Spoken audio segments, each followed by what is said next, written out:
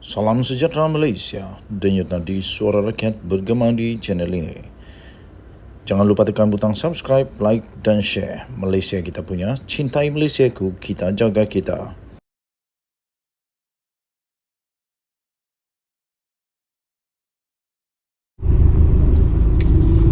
Salam sejahtera Malaysia, denyut nadi suara rakyat bergema di channel ini.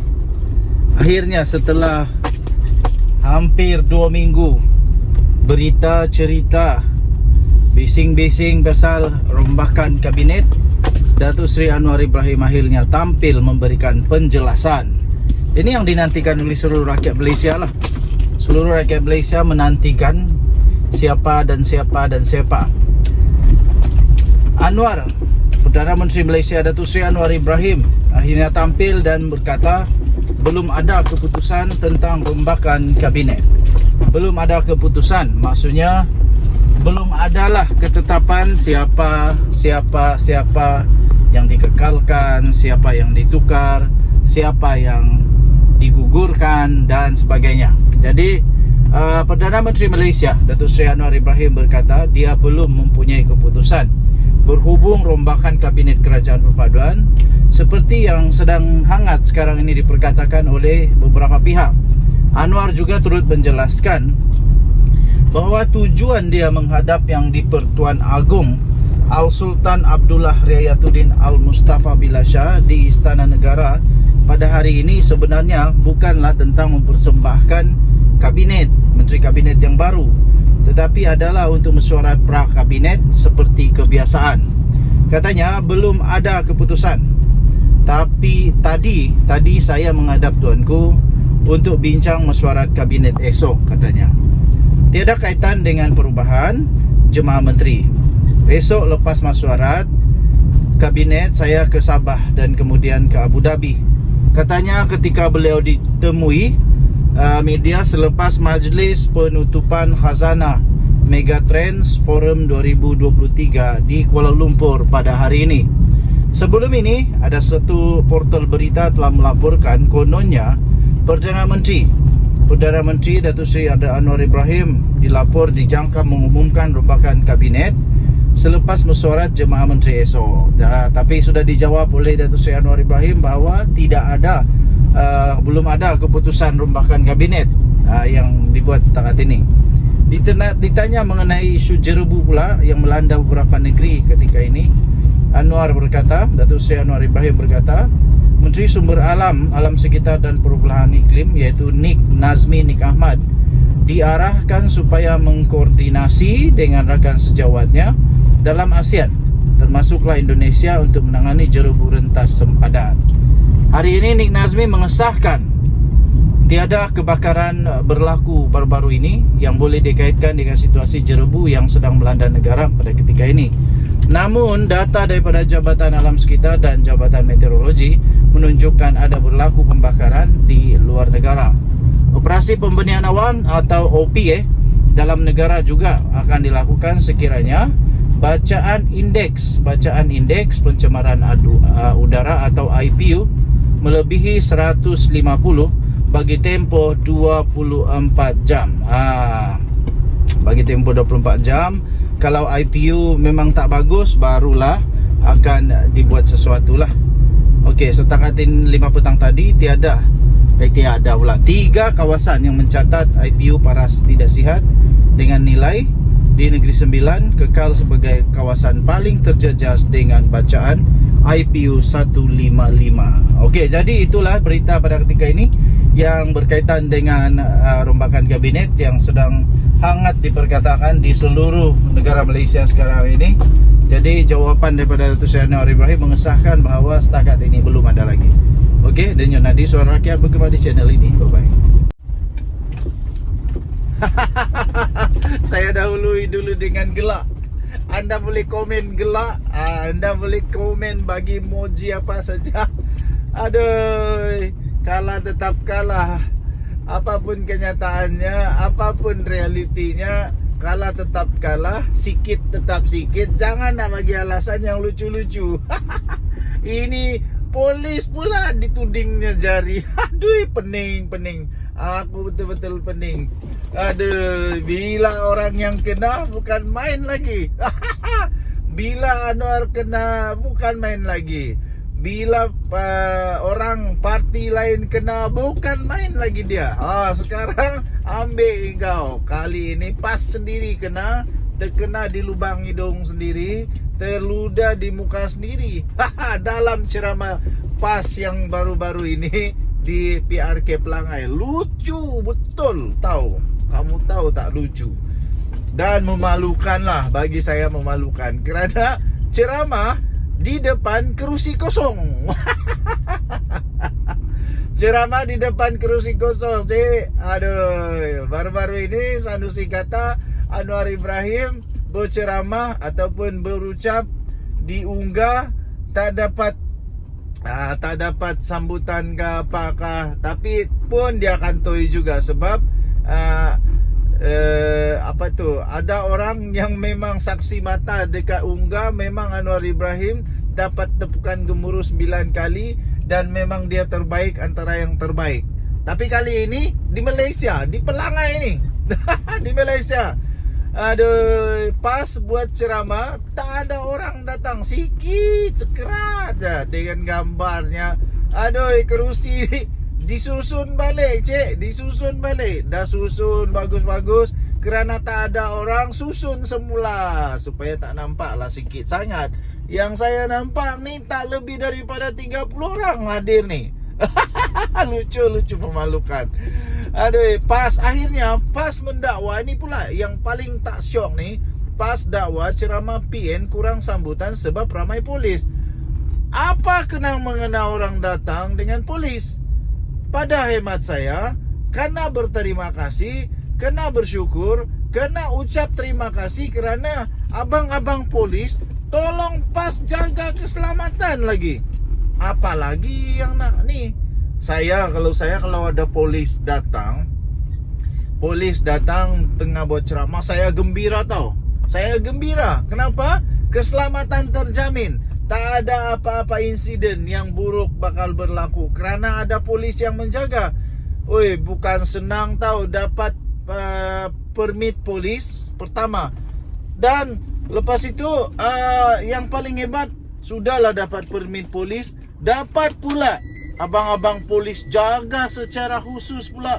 Woi, ini bukan senang, tapi dijadikan pula alasan kononnya orang tak datang ceramah pas kerana banyak abang-abang polis. Aduh, otak apa ni? Saya pun tak faham kenapa pula pas dakwa ceramah PN kurang sambutan sebab ramai polis. Aduh, pening. Aduh, lepas tu tahu tak berapa orang datang? Boleh tengok gambar ni lah. Gambar ni berapa orang, berapa kerat sangat yang datang ni. Aduh, boleh kira lah, sikit sangat, tak sampai 50 orang kot. Aduh. Pemimpin PAS terus menyalahkan kehadiran polis yang ramai telah menyebabkan pengundi takut untuk menghadiri ceramah anjuran PN di Pelangai. Satu saja, kalau ada polis, orang takut maksudnya memang ada salah, ataupun ada rancangan nak buat salah, ataupun memang takut ada sesuatu yang salah lah. Kalau saya tak buat salah dan ada abang polis, saya suka tau. Saya suka. Ahli Parlimen Pendang Awang Salahuddin Hashim berkata, pihak berkuasa tidak perlu risau dengan ancaman di ceramah yang dianjurkan PN kerana mereka sentiasa mematuhi peraturan. Betulkah? Betulkah? Sanusi kena saman tu apa?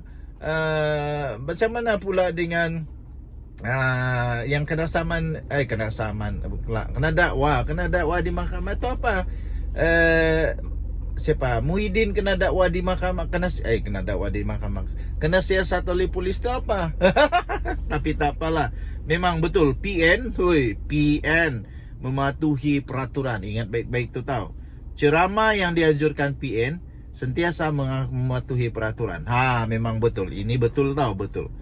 Program-program ceramah PAS sekarang ini tidak adalah ganggu gugat, kacau balau, baling kerusi macam puak sebelah sana tu. Kami disiplin. Kami patuh pada undang-undang, katanya ketika berceramah di dataran Purnama Simpang Pelangai dekat Bentong malam tadi. Baguslah, bagus.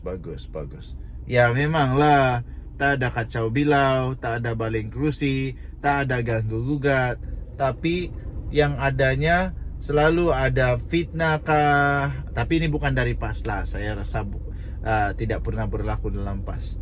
Tidak pernah, jangan salah faham. Tak pernah berlaku dalam ceramah PAS memfitnah. Tak pernah berlaku di dalam ceramah PAS atau Perikatan Nasional perkara-perkara yang boleh menyebabkan mereka didakwa di mahkamah.